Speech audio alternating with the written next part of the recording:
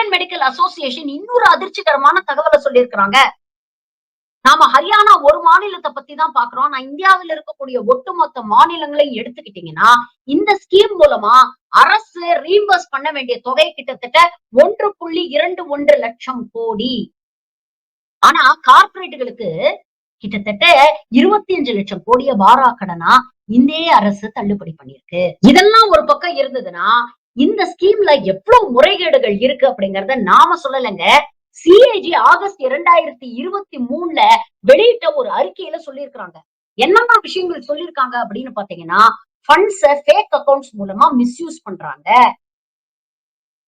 எந்தவித ப்ராப்பர் செக்கிங்கும் இல்லாம பல நேரங்கள்ல ரீஇம்பர்ஸ்மென்ட் செய்யப்பட்டிருக்குது.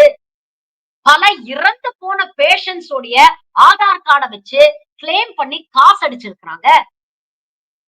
அதே மாதிரி ஒரே பேஷண்ட்டுக்கு வெவ்வேறு ஆஸ்பத்திரியில ட்ரீட்மெண்ட் நடந்ததாக சொல்லி முறைகேடு நடந்திருக்கு. கிட்டத்தட்ட 7.5 லட்சம் கோடி மக்களுக்கு இந்த ஆயுஷ்மான் பாரத் ஸ்கீம்ல பாத்தீங்கன்னா ஒரே போன் நம்பர் 9999999999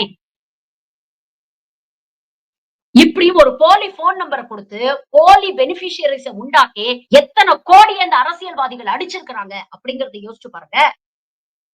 நாம இன்னைக்கு ஓட்டு திருட்டை பத்தி பேசிக்கிட்டு இருக்கோம்.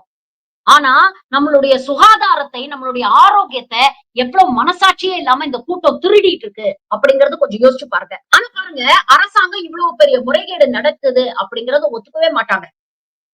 லோக்சபாலையும் இல்ல இல்ல நாங்க ஜீரோ டாலரன்ஸ் டு கரப்ஷன் வச்சிருக்கோம், இதுக்கெல்லாம் செக் மெக்கானிசம் வச்சிருக்கோம், நிறைய ஹாஸ்பிட்டலுக்கு வந்து நாங்க லைசன்ஸ் கேன்சல் பண்ணிருக்கோம், நிறைய ஹாஸ்பிட்டல்ஸ் இந்த ஸ்கீம்ல இருந்து நீக்கி இருக்கோம் அப்படின்னு எல்லாம் பேசக்கூடிய அரசாங்கம் இந்த பிரச்சனையை தீர்க்கறதுக்கு என்ன வழி அப்படிங்கறத இன்னைக்கு வரைக்கும் வாயை திறந்து பேச மாட்டேங்குது.